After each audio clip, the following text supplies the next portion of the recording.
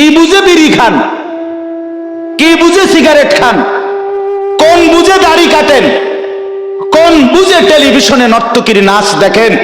আজ 20 বছর ধরে যার ঘরে রঙিন টেলিভিশন চলে, নাচ গান সিনেমা নাটক নর্তকীর ছবি, আমনের বউ বাচ্চা বছরের পর বছর আমনের ঘরে বইয়া সোফাত বইয়া বইয়া টেলিভিশনে নাচ গান দেখে, আমনে মরতেন না? আমনের বউ বাচ্চা মরতো না? আমনে আল্লাহর সামনে দাঁড়াইতেন না? না, জিন্দেগিটাই ছবি, জীবনটাই ছবি, একেবারে যেটা পাও। আজ মুসলমানের যুবকের কথা হইল বেঈমান ইহুদি আর কাফেররা আমাদেরকে এরকম ফাঁদে ফেলাইছে যে যা কিছু আছে 24 ঘন্টা মুসলমানের ছেলে মেয়ের হাতে মোবাইল তুলে দিছে, যেটা পাও শুধু ছবি উড়াই আমগো কাছে পাঠাই। এটা কুত্তা হোক, বিলাই হোক, শুকর হোক, মানুষ হোক, গরু হোক, ছাগল হোক, হুজুর হোক, পাবলিক হোক, বেড়া হোক, বেড়ি হোক, জোয়ান হোক, বুড়া হোক, যেটা পাউডা শুধু ছবি উড়া। জিন্দেগির কাজে একটা। আহ, হায় হায় বাপ, তোমরা বুঝো না, বেঈমান তোমাদেরকে বেঁধে ফেলছে আষ্টে পিছে। নবীজি কথা বলছে, উম্মত, চুরি ডাকাতি জিনা ব্যভিচার মদ জুয়া নাচ গান টেলিভিশন নাটক সিনেমা বিড়ি সিগারেট তুমি সব করতে থাকো, তোমার জিডা মনে কয়টা করো, হাসরের ময়দানে শুধু আমার দ্বারে আইও, আমি বেহেশতে পাঠাই দিমু, এটাই তো সুপারিশ না? তো আমনে ঘটনা কি? এক বুজুর্গ বলছেন, আমি দেখলাম যে পুরা বাজারে যত ব্যবসায়ী তাদের মাল বিক্রি করতেছে, তন্মধ্যে সবচেয়ে বেশি চিল্লাইতেছে, কাস্টমার গ্রাহক ডাকতেছে এই বরফ বিক্রেতা, এবং চিৎকার করে করে বলতেছে, হে আল্লাহর বান্দারা, তোমরা ওই ব্যক্তির উপরে একটু দয়া করো, যাদের নেওয়ার জলদি জলদি নাও, যার পুঁজি খুব দ্রুতই গলে গলে শেষ হয়ে যাইতেছে। মানে আমার এই বরফের চাকাটা যদি তোমরা কিনতে দেরি করো, তাহলে আমার এটা কিন্তু এটাই আমার পুঁজি, এখন এটা যদি দেরি করো তাহলে গলে গলে কি হয়ে যাবে, আমার পুঁজি শেষ হয়ে যাবে, আমি আর বেচমু কি? তাইলে বরফের চাকাটা এমন না যে যতক্ষণ বেচা হবে না ততক্ষণ গলবে না, এমন সে গলতেই আছে, বেচা হোক কিংবা না হোক। তো ওই আল্লাহর ওলি বলেন, আমি এই বরফ বিক্রেতার এই আহাজারি, তার এই চিৎকার চেঁচামেচি, তার এই পেরেশানি থেকে আমার হায়াতের কদর বুঝলাম, জীবনের কদর বুঝলাম, যে আমার হায়াতটাও ঠিক এরকম, এটা গলে গলে শেষ হয়ে যাচ্ছে। প্রতি মিনিট প্রতি সেকেন্ড আমি ঘুমে থাকি কিংবা সজাগ থাকি, আমার হায়াত শেষ হইতেছে। খামখেয়ালি করে গপ মারলাম, তামাশা করলাম, তবুও শেষ হচ্ছে। কঠোর পরিশ্রম করতেছে ওই ব্যক্তিরও সময় কি হইতেছে, হায়াত শেষ হচ্ছে। অতএব বরফ বিক্রেতার পুঁজি যেমন গলে গলে শেষ হয়, আমাদের হায়াত, আমাদের জিন্দেগি, আমাদেরকে একটি নির্দিষ্ট সময় আল্লাহ তাআলা বেঁধে দিয়েছেন, আল্লাহই জানেন সেটা কতক্ষণ, কিন্তু আমরা এটা বিশ্বাস করি নির্দিষ্ট। অতএব এই নির্দিষ্ট সময়টুকু আমরা যদি গুরুত্ব দেই কিংবা অবহেলা করি, সমানভাবে চল। আমি ঘুমাইলাম 10টা বাজে, জেগে দেখি 12টা বাজে, তার মানে কি, আমার এই ঘুমের মধ্যে রাইখাই আমার হায়াতের 2 ঘন্টা আমার উপর দিয়ে চলে গেছে, গেছে কি না বল? এমন আপনি চা দোকানে বসছিলেন 4টা বাজে, এখন দেখেন 6টা বাজে, আহা, আপনার এই চা দোকানের এই গল্প গুজবের মধ্যে রাইখাই আপনার হায়াতের 2 ঘন্টা আপনার থেকে চলে গেছে। এবং এটাই সত্য যে এটা আর কোনোদিন ফিরবে না, আর কোনোদিন না। বিশ্ববিখ্যাত মুফাসসির হযরত মুজাহিদ ইবনে জবর রাহমাতুল্লাহ আলাইহি, যিনি হযরত আব্দুল্লাহ ইবনে আব্বাস রাদিয়াল্লাহু তাআলা আনহুমার ছাত্র ছিলেন, তাবিঈ, যারা সাহাবীকে দেখছেন, তো তিনি বলেন, প্রত্যেকটা দিন যখন ভোর হয়, সকাল হয়, তো পৃথিবীবাসীকে ডাক দিয়ে বলে, হে জগৎবাসী, আল্লাহর কসম, আমি একটা দিন কিয়ামতের পূর্বে শুধু এই আজকের জন্যই এসেছি, আমি আর কোনোদিন আসবো না ফিরে। তুমি আমারে নষ্ট করো না, বরবাদ করো না, আমারে কদর করো। আজকের এই 13ই অক্টোবর, আগামী শুক্রবারে আবার ফিরবে না। শুক্রবার একটা আসবে, কিন্তু সেটা 13ই অক্টোবর হবে না, সেটা হয়ে যাবে 20 অক্টোবর। ঠিক না বলে? এই ঘন্টা, এই মিনিট, এই সেকেন্ড, এই সময় আর আসবে। অতএব আমার প্রথম কথা, লম্বা সময় বয়ান করার সুযোগ নাই। আপনাদের কাছে আমার প্রথম কথা, আমার বাপ, যে যত দিকে ব্যস্ত থাকেন, জিন্দিগির কদর করেন। আপনার হায়াত আপনার কাছে আমানত। কোরআনুল কারীমের মধ্যে আল্লাহ তাআলা বলেন, ওয়াউরিদু আলা রাব্বিকা সাফফা। এই সূরা কাহফের মধ্যে, আমি যে এই সূরা থেকে পড়ছি, আল্লাহ বলেন তোমাদের প্রত্যেককে হাসরের ময়দানে লাইন ধরিয়ে একজন একজন করে আমি আল্লাহর সামনে এনে দাঁড় করানো হবে। একজন একজন আমি আল্লাহর মুখোমুখি পেশ করা হবে। লাকাদ জিতুমুনা কামা খালাকনাকুম আউওয়ালা মাররা। আল্লাহ তাআলা তখন বলবে, বান্দা কি হলো, মনে কি পড়ে? আল্লাহ বলবেন, বান্দা মনে পড়ে তো যে অবস্থায় দুনিয়া গেছিলা, আজ ঠিক সেই অবস্থায় আমি আল্লাহর সামনে আসলাম। দুনিয়া থেকে যেদিন দুনিয়ায় গেছিলা মায়ের পেট থেকে, সেদিন একাই গেছিলা, আজ ঠিক একাই কার কাছে ফিরলা? আমার সামনে। বাল জাআমতুম আল্লান নাজআলা লাকুম মাওঈদা। এরপরে আল্লাহ বলবে, তুমি তো মনে মনে ভাবছিলা, যেই ফুর্তি, যেই তামাশা তুমি করতেছিলে দুনিয়ায়, তুমি মনে করছো এমন একটা দিন আসবে না। তুমি ভেবেছিলে মরতে হবে না, হাসরের ময়দান আমি আল্লাহর সামনে আসবে না। আজ তো দেখলাম, আজ চতুর্দিকে তাকিয়ে দেখো, এটা হাসরের ময়দান। আজ দেখো মানুষগুলো কাঁপতেছে, আজ দেখো মানুষগুলো ভয়ে তটস্থ। তাকিয়ে দেখো, ওয়াউদি আল কিতাব ফাতারাল মুজরিমিনা মুশফিকিনা মিম্মা ফি। আল্লাহ বলেন প্রত্যেককে আমি আল্লাহর সামনে এনে তার আমলনামা তার সামনে রাখা হবে, আর আল্লাহ বলবে পড়ো, দেখো। তো প্রত্যেক নাফরমান পাপী নিজের জিন্দেগির গুনাহ আর নাফরমানি দেখে আল্লাহ বলেন কাঁপতে থাকে। মুশফিকিন কাঁপ, ওয়ায়াকুলুনা ইয়া ওয়াইলাতানা, আর বলবে হায় আমার কপাল মন্দ।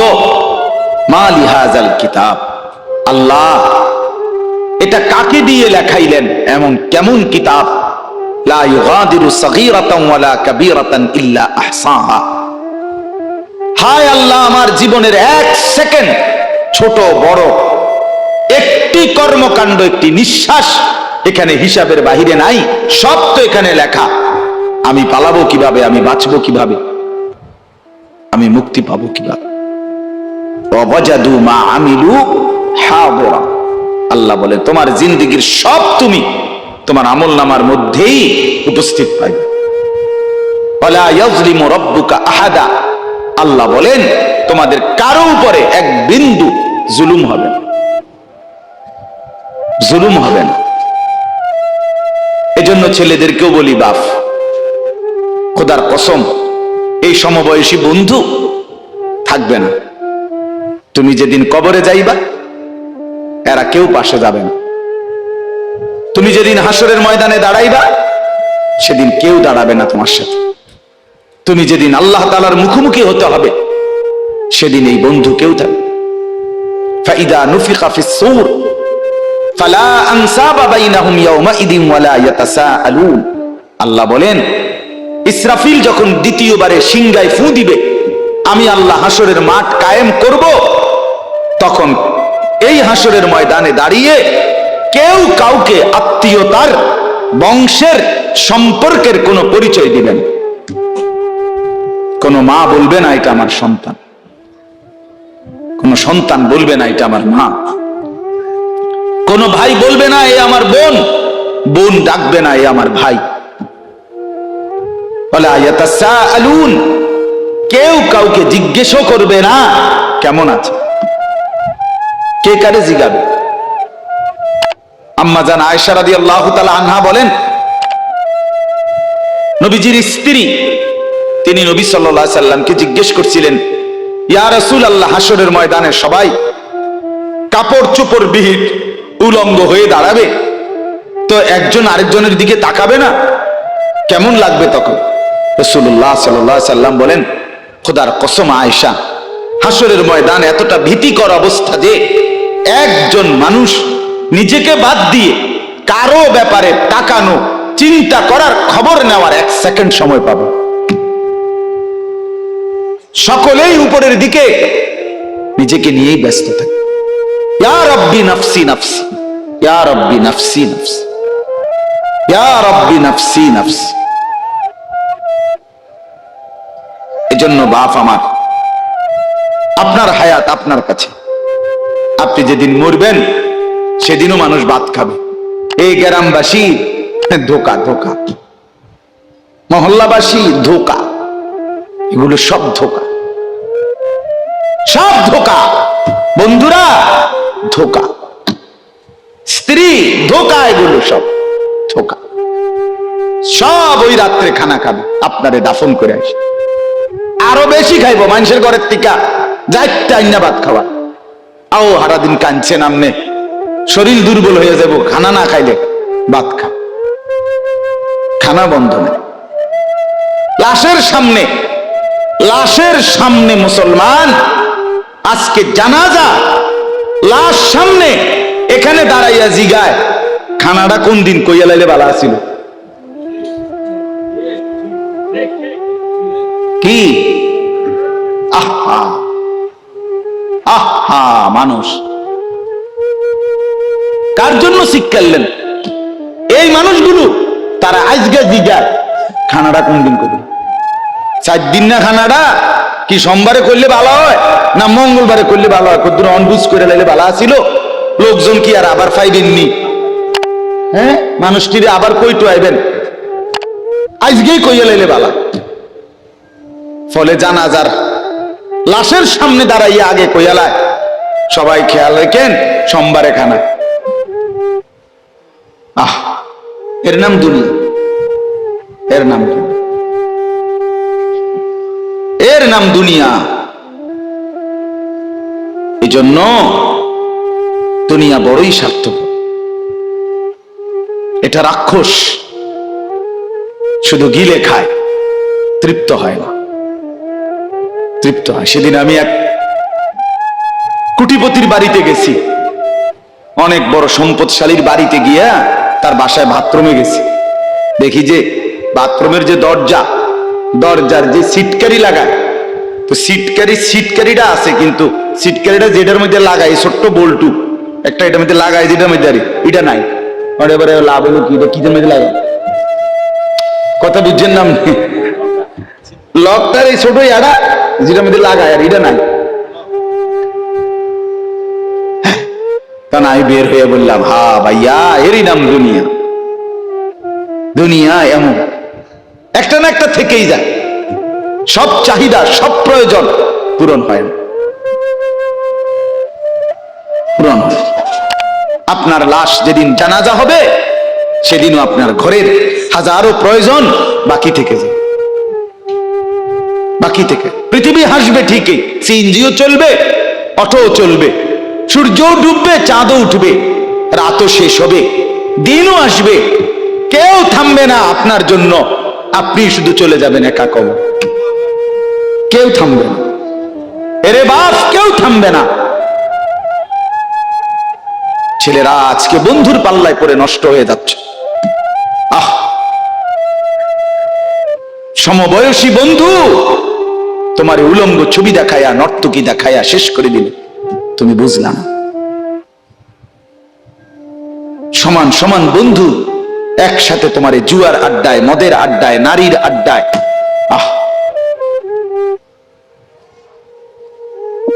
আফসোসের ভাবতেই শিখে না একজন মানুষ সুস্থ স্বাভাবিক, একজন সতেজ সবল মানুষ সে কেমনে এত বোকা হয়, নিজেকে ধ্বংস করে। আমি যখন এখন এই মাত্র যে দিদা আসতেছিলাম গাড়ি দিয়া, একটা ছেলে প্রতিবন্ধী, ছোট একদম প্রতিভা, সে দাঁড়াইয়া রয়েছে মাঝখানে, মানে গাড়ির হরনও বুঝে না, কিছুই বোঝে না সে।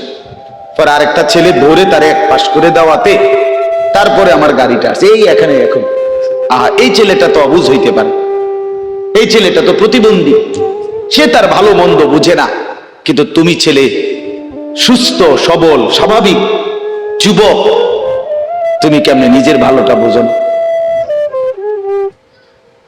তুমি কেমনে নিজের ভালোটা বোঝো না বলেন?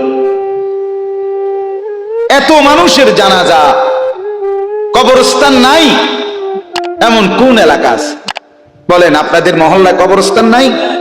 আপনারা কোনোদিন জানাজা পড়েন নাই? আপনারা লাশ দেখেন নাই? তাহলে জলজ্জান্ত মানুষ আজকে কবরে।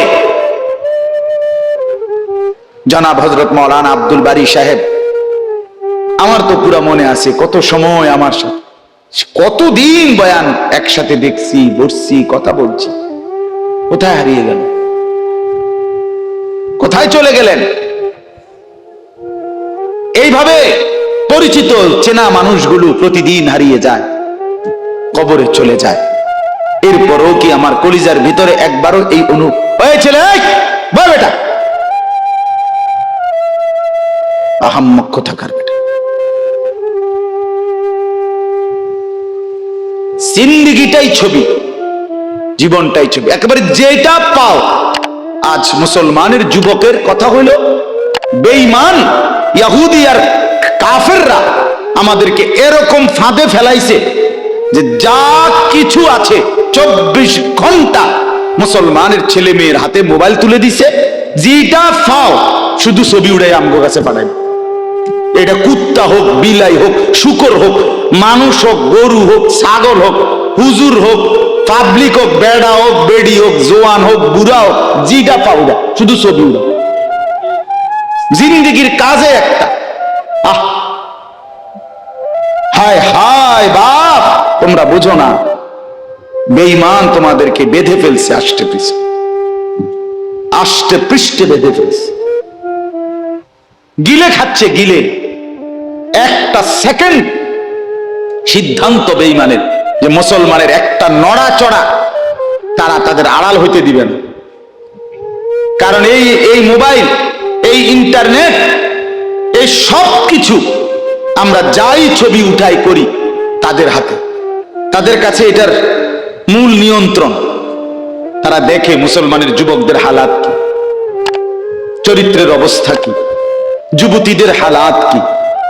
যুবতী তার রাত গভীরে অশ্লীল দৃশ্য পুরুষকে দেখায়, যুবক তার রাত গভীরে অশ্লীল কথা, জঘন্য কথা ভিন মেয়ের সাথে বলে। আহা, বেঈমান তখন হাসে, কাফের বেঈমানরা তখন হাসে যে হ্যাঁ দেখছো মুসলমানের অধপতন, মুসলমানের সন্তানের নোংরামি, মুসলমানের সন্তানের অসভ্যতা, এটা তারা হিসাব রাখে। এজন্য ভাইয়া জীবনের কদর করেন। একজন হলে একজনই বুঝেন, দুইজন হলে দুইজনই বুঝেন। বাবাদেরকেও বলি, আমার ছেলেদেরকেও বলি, সবাইকে বলি, বাপ জিন্দেগির কদর করেন। এই বলতেছিলাম, এটা আমাদের হায়াত, এটা আমাদের জীবনের সবচেয়ে বড় সম্পদ। এই সময়টা, এই হায়াতটা, আমার জীবন, আমার হায়াত, এটাই আমার সময়, এটাই আমার জীবন। যেটা ঘন্টা, মিনিট, সেকেন্ড, এটাই আমার জিন্দেগি। যেটা জিন্দেগি, এটাই ঘন্টা, মিনিট, সেকেন্ড। আমরা মরার আগে মানুষ বা অসুস্থ হইলে, অ্যাক্সিডেন্ট করলে, বুড়া হইলে মানুষে কয় না যে ভাই আমার আর সময় নাই, ঠিক কিনা বলে? আমার সময় শেষ, তার মানে হায়াত শেষ। তাহলে বোঝা গেল যেটা হায়াত এটাই সময়, যেটা সময় এটাই কি বলেন না হায়াত। হায়াত, হায়াত কদর করেন, কদর। ও ভাই, ওই লাল গেঞ্জি, তুমি উঠা কথা বলো, তুমি বাহিরে গিয়ে কথা বলো, যাও। গাফেল কোথাকার। হে নগদ বুঝায় হেরে অনে বুঝাইতে আছে, বুঝতে কি কইছে হুজুর? তুমি শোনো মিয়া, বললাম না তুমি আলাদা শোনো। আমি এ ব্যাপারে কঠোর। 10 মিনিটের জন্য যদি বলি, আমার জিন্দেগির সিদ্ধান্ত, গাফেলকে বলবো না, অমনোযোগীকে বলবো না, এটা আমার জিন্দেগির ফায়সালা ইনশাআল্লাহ। সমবয়সী বরবাদ করে দিচ্ছে ছেলেদেরকে আজকে, এক সময় না ভালো হতে দিচ্ছে না। কোন মা বাপ তার সন্তানকে অসৎ করে গড়ে তোলে নাই। মা তার পেটের থেকে অসৎ সন্তান জন্ম দেয় নাই, পবিত্র সন্তান জন্ম দিয়েছিল। মায়ের বুকের পবিত্র দুধ খাওয়াইছিল, দুধ হালাল পবিত্র। মা পবিত্র এক সন্তান জন্ম দিছে। পরবর্তী এই সমাজ, এই সমবয়সী বন্ধু এই অশ্লীলতার বেহায়াপনার আড্ডা শেষ করে দিছে, শেষ করে দিছে। চল কোথায়? ওইখানে দেখছি 2টা মেয়ে হাঁটতেছে, চল পিছে পিছে হাঁটি। চল কোথায়? ওইখানে চল একটু আড্ডা দিয়ে আসি। শেষ। 3টা বাজে বের হইছে, রাত 10টা বাজে ফিরছে। 7 ঘন্টা সমবয়সী 7-8 জন ছেলে একসাথে ঘুরলা, অথচ তোমার লগের এই 6 জন বন্ধু একবারও বলল না যে আসরের নামাজ পড়তি না, মাগরিব পড়বা না, এশার নামাজ পড়বা না। 7 ঘন্টায় যেই বন্ধুরা একবারও তোমারে 1 ওয়াক্ত নামাজের কথা বলে নাই, বিশ্বাস করো ছেলেরা, এটা বন্ধু না, এটা শয়তান ছাড়া আর কিচ্ছু না। এটা ইবলিস বেটা, এটা শয়তান, এটা তোরে শেষ করে দিবে। তোর আখিরাত তো শেষ করবে, তোর দুনিয়া তোর অকর্মণ্য অপদার্থ বানাইয়া একটা আকামলা বানাইয়া ছেড়ে দিবে। শেষ পর্যন্ত এক বদনা আলগি দিতে আর হেত্র বলতায় না। তার মা যদি বলে 1 জগ পানি দাও, পাইতাম না। তার বাপেরে যদি বলে যে তার বাপের লেগে বাজারে এই বাড়িকে বইরা কিন্তু বাদগুন দিয়ে আইও, পাইতাম না। কি পারতি না কেন? ভাল লাগে না।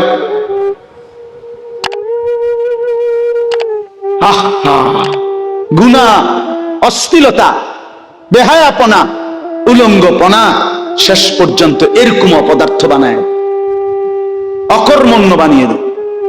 হযরত আব্দুল্লাহ ইবনে আব্বাস রাদিয়াল্লাহু তাআলা আনহু বলেন, প্রত্যেকটা গুনাহ মানুষকে দুর্বল করে দেয়। আপনি যতবার নারী দেখবেন, ভিন নারী, খোদার কসম আপনার শক্তি সামর্থ্য দুর্বল হবে। জিনা, ব্যভিচার, মদ, জুয়া, সুদ, ঘুষ, অশ্লীল দৃশ্য, নাচ, গান আপনাকে দুর্বল বানাবে। সাওয়াদান ফিল ওয়াজহ, চেহারা কালো করে দিবে। জুলমাতান ফিল কলব, অন্তর অন্ধকার করে দেবে। ওয়াহানান ফিল বাদান, শরীর দুর্বল করে দিবে। দাইকান ফির রিজক, রিজিক সংকীর্ণ করে দিবে। বুগদাতান ফি কুলুবিল খালক, মানুষের চোখে ঘৃণিত বানায় দিবে। এই 5টা ক্ষতি। প্রত্যেক গুনাহ কয়টা ক্ষতি করে? চেহারা কালো বানায়, অন্তর অন্ধকার বানায়, শরীর দুর্বল করে, রিজিক সংকুচিত করে, কমিয়ে দেয়, মানুষের চোখে ঘৃণা তৈরি, ঘৃণা তৈরি। আপনি 2টা ছেলে একসাথে মনে করেন বিড়ি খায়, সিগারেট খায়, গাঁজা খায়, একসাথে হেরা 24 ঘন্টা চলে, একসাথে মোবাইলে ছবি দেখে, নাচ দেখে, ভিডিও দেখে, অস্থির। এরকম 2 জনের আলগা করে একজনের জিগান, তোর লগের হেতে কেমন? হেতে কি করবো? উনি জোনায়েদ বাগদাদি। কথা বলেন না কেন? এ বলবো এটা নাকি? সে বলবো যে অসভ্য। তাইলে কি বুঝা গেল? আপন যার লগে চলছিলা তুমি, সেইটাও তো তোমারে অসভ্য করে। অসভ্যকে অসভ্যও অসভ্য বলে, সভ্যরাও অসভ্য বলে। এই কথাটা জরুরি। দুশ্চরিত্রকে, মন্দকে মন্দ লোকেও মন্দ বলে, ভালো লোকেও কি বলে? মন্দ। নেককার এর উল্টাটা। একটা লোক নামাজি, চরিত্রবান, দিনদার, আল্লাহর পথে চলে, ছেলেটা নামাজ পড়ে, যুবক, সমাজের যে কোনো কাউকে খারাপ, একার গাঁজাখোর, ফুট্টাখোর, বাবাখোরকে জিগান যে এই লোকটা কেমন, সে বলবে ভাই আমি খারাপ হইতে পারি, কিন্তু তবে হেতে ভালো। ঠিকই না বলে? এজন্য প্রিয় বন্ধু, আবারও বলছি, বাপ জিন্দেগি নষ্ট করেন না, হায়াতের কদর করেন, জীবনের কদর করেন, জীবন সুন্দর করেন। আপনার দিকে আপনি নজর দেন, আপনার দিকে। ছেলেদেরকে বলি, বাবা তুমি তোমার আপাদ মস্তক দেখো, তোমার এই চুল মুসলমানের তো, তুমি খেয়াল করো। গোটা পৃথিবীতে এই আজকে ছেলেদের, তোমাদের যাদের চুল বড় বড় এলোমেলো, এগুলো সবগুলো ইয়াহুদিদের চুল। আর এই ইয়াহুদির, এই জালেম ইসরায়েলের এই ইয়াহুদিরা বলছে গাজা ফিলিস্তিনের মুসলমানের এরিয়াকে 24 ঘন্টার মধ্যে বলছে ছেড়ে দিতে। রক্তে ভাসায় ফেলতেছে মুসলমানের তাজা খুন। আজকে 75 বছর একটানা মুসলমানের রক্ত ঝরাচ্ছে ফিলিস্তিনে এই ইসরায়েলের ইয়াহুদিরা। এই সমস্ত চুলের কাটিং এগুলো ইয়াহুদিদের। বিশ্বাস, কসম, এটা তাদের ডিজাইন। কেন? তারা দাজ্জালের জন্য পৃথিবীকে সাজাইতেছে। হাদিসে আছে দাজ্জালের চুল হবে, নবীজি বলছে দাজ্জাল হবে যুবক এবং দাজ্জাল হবে এলোমেলো চুলওয়ালা। আল্লাহর নবীর হাদিস, কসম, বুখারী মুসলিমের হাদিস। এই জন্য দাজ্জালের চুল হবে আউলা জাউলা চুল, স্বাভাবিক চুল না। আজকে এই জন্য ইয়াহুদিরা দাজ্জালের চুলের ডিজাইন আমাদের সন্তানদের কাছে পরিচিত করে দিছে আগের থেকে। এজন্য আমি সবার কাছে অনুরোধ করলাম, বাবা প্রত্যেকেই আল্লাহর ওয়াস্তে নিজেকে নষ্ট করুন। গুনার কথা বলার পরে তুমি গান শোনো, নাচ দেখো, অশ্লীল ছবি দেখো, এক ওয়াক্ত নামাজ পড়ো না, এরপরে যদি তোমারে কেউ বলার পরে তুমি হাসো, মনে করো তুমি প্রতিবন্ধী। এটা মনে রাখ, মানে তোমার গায়ে কিছুই হলো, লাগলো না, এটা কিছুই মনে হলো না। হায় হায়, আমি উলঙ্গ ছবি দেখি, একটা সেজদা দেই না কোনোদিন, 1 বছরে কোনোদিন আমি ফজরের নামাজ পড়ি নাই, এরপরে যদি কেউ বলার পরে তোমার মনে মুখে হাসি হয় যায়, এতে আসে, তো বুঝতে হবে এটা মানসিক সমস্যা। হ্যাঁ হ্যাঁ, এ প্রতিবন্ধী, এ মাতাল, অসুস্থ।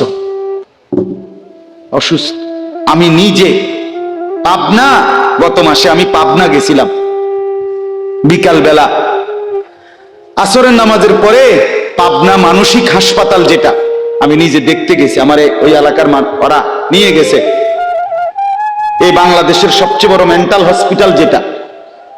আমি মাগরিব পর্যন্ত পাবনা মানসিক হাসপাতাল ঘুরে ঘুরে দেখছি, ভিতরে অনেক ওয়ার্ডে গেছি। ছেলেদেরকে বলি, বাপ তোমরা শোনো আমার কথা, আল্লাহর কসম আমি নিজ চোখে দেখছি। এই গত মাসে আসর থেকে মাগরিব অনেকগুলো ওয়ার্ড আমি ঘুরে দেখছি। এই যতগুলো ওয়ার্ডে পাগল আছে সবটিতে ভরা।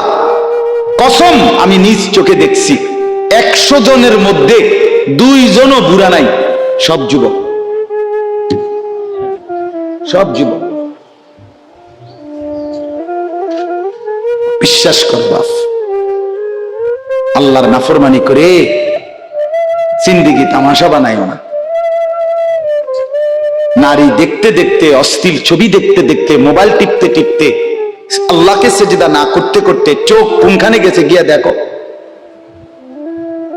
2 পাশের সাফা কদ্দুর ভিতরে ঢুকছে দেখো। শুধু না চুলের বাড়ি মারো। পৃথিবীতে কোনো কালে, কোনো বইতে, কিতাবে, কোনো গবেষণায় যে চুল এটারে আলাদাভাবে খুব বেশি পেরেশানি করার বস্তু ছিল না। এটা মনে করে হে নিজের চুল নিজে বাইরে দেয়, এটার মধ্যে ডিজাইনের আরেকজনে যদি তোমার চুল ধরে টাইনতো তাহলে তো একটা কথা আছে, তোমার চুল তুমি বাড়ি দাও, এটার মধ্যে সুন্দরের কি আছে আবার? বেওকুফ, আহাম্মক। কেমন আহাম্মক আমি বুঝি না এটা। আল্লাহ আমাদেরকে বুঝ দান করে। আমার বাপ 2টা আয়াত পড়ছি, আমি তর্জমা বলি। আল্লাহ তাআলা বলেন, ওয়াতলু মা উহিয়া ইলাইকা মিন কিতাবি রাব্বিক।